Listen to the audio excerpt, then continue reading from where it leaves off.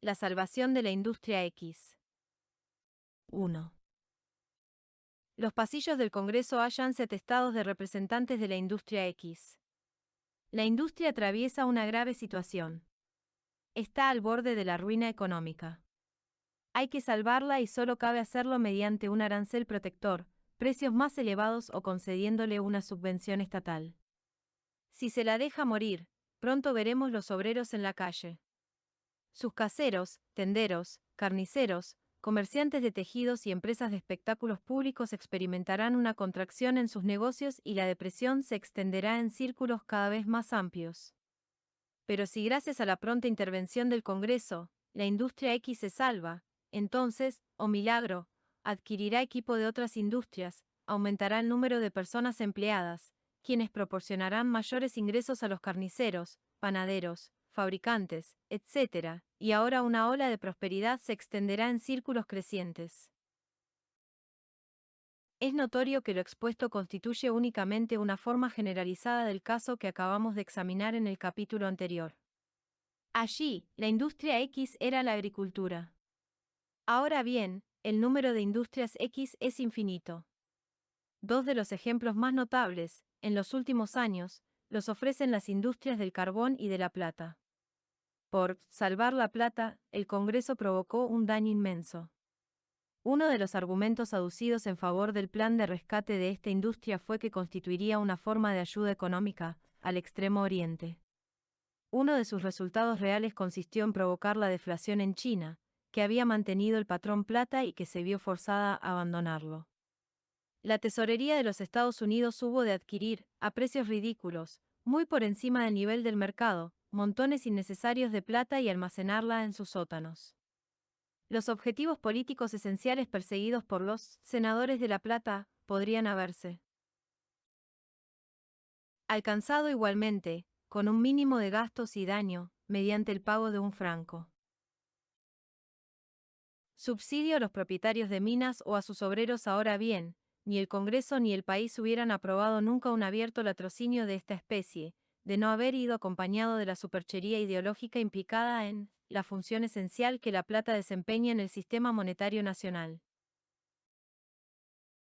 A fin de salvar la industria del carbón, el Congreso aprobó la ley Gafi, que no solo permitía, sino que obligaba a los propietarios de minas a concertarse para no vender por debajo de ciertos precios mínimos fijados por el gobierno. Aunque el Congreso había comenzado por fijar el precio del carbón, pronto el gobierno se vio en el caso de establecer 350.000 precios diferentes, para el mismo, uno, a causa de los distintos tamaños del mineral, los miles de minas existentes, los envíos a miles de puntos de destino distintos, por ferrocarril, camión, barco, gabarras, etc. Uno de los efectos de esta tentativa para mantener los precios del carbón por encima del nivel competitivo del mercado fue acelerar la tendencia de los consumidores a sustituir el carbón por otras fuentes de energía o calor, tales como el petróleo, gas natural y fuerza hidroeléctrica. 1. Testimonio de Dan H. Willard, director de la División de Carbón Bituminoso. Sesiones para la ampliación de la Ley del Carbón Bituminoso en 1937. 2. Ahora bien, no es nuestro deseo examinar ahora todas las consecuencias que históricamente siguieron a los esfuerzos realizados para salvar determinadas industrias, sino analizar algunas de las principales que necesariamente han de acompañar a los esfuerzos por salvar una industria cualquiera. Puede argumentarse que ciertas industrias deben ser creadas o protegidas por razones militares. O también que determinada industria hállase al borde de la ruina por tener que soportar unos impuestos o salarios que no guardan proporción con los de otras industrias. O que, tratándose de una empresa concesionaria de servicios públicos, se le obliga a operar con unas tarifas que no le permiten obtener un margen adecuado de beneficios. Tales argumentos pueden o no estar justificados en un caso concreto y su examen no interesa por el momento. Ahora solo se trata de analizar uno de los argumentos alegados en favor de la salvación de la industria X, el de que si se permite la reducción de su volumen o su final desaparición a causa de las fuerzas de la libre competencia, que invariablemente los portavoces de turno califican de anárquica, de laissez-faire, de lucha a muerte, contienda entre lobos, ley del más fuerte, arrastrará con ella toda la economía del país, pero que si es mantenida artificialmente, constituirá una ayuda para todos. E1 tema expuesto no es más que un caso generalizado de la argumentación esgrimida en favor de la paridad de precios para los productos agrícolas o de la protección arancelaria a determinado número de industrias X. E1 razonamiento contra la elevación artificial de precios es aplicable, por supuesto, no S610 a los productos agrícolas, sino cualquier otra producción, de igual forma que las razones alegadas en oposición a la protección arancelaria de una industria son válidas para cualquier otra. Pero siempre existen varios proyectos para salvar industrias X. Entre ellos emergen, además de los examinados, dos tipos principales que vamos a analizar someramente. Uno consiste en alegar que la industria X se halla sobresaturada y que precisa impedir que se dediquen a esta actividad nuevas empresas u obreros. E1 otro asegura que la industria X necesita una subvención estatal directa. Ahora bien, si la industria X está realmente saturada en comparación con otras, no necesitará legislación coercitiva para mantener alejados de ella nuevos capitales o nuevos obreros. El capital no acude presuroso a las industrias que amenazan ruina. Los que desean invertir su dinero no buscan ansiosamente aquellas industrias que presentan los mayores riesgos de pérdida combinados con unos dividendos mínimos. Ni los obreros, cuando tienen mejor alternativa, acuden a industrias donde los salarios son más bajos y las perspectivas de empleo estable menos prometedoras.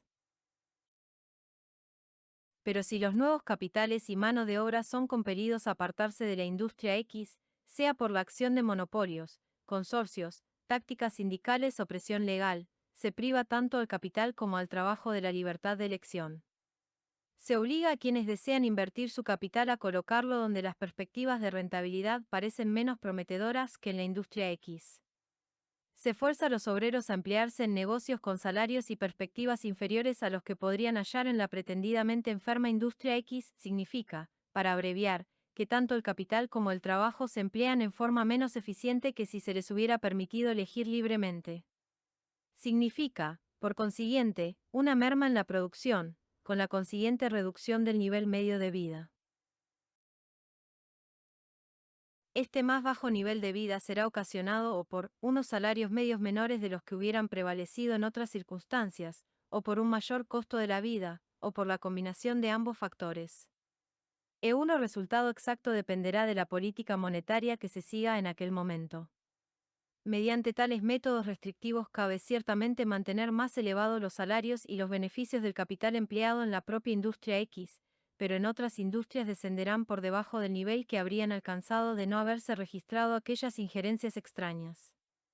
La industria X se beneficiaría, pero siempre a expensas de las industrias A, B y C.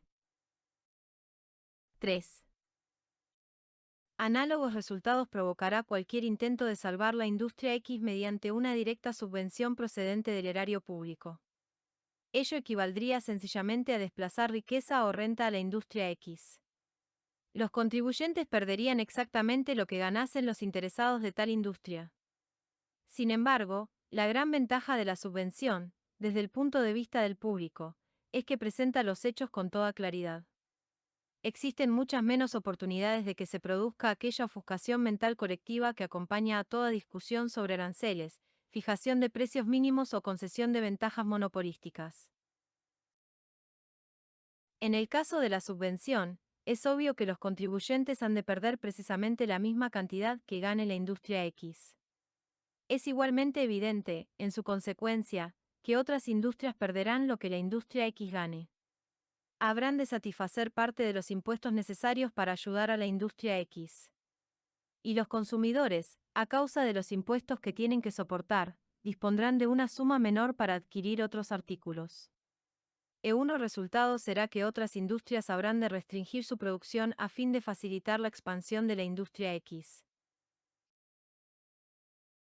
Ahora bien, el subsidio no solo provoca un desplazamiento de riqueza o de ingresos y disminuye el volumen de las demás industrias en proporción al desarrollo de la industria X. E1 resultado es también, y aquí es donde la nación, considerada como una unidad, sufre una pérdida neta, que el capital y el trabajo son desviados hacia industrias en las que su empleo es menos eficaz.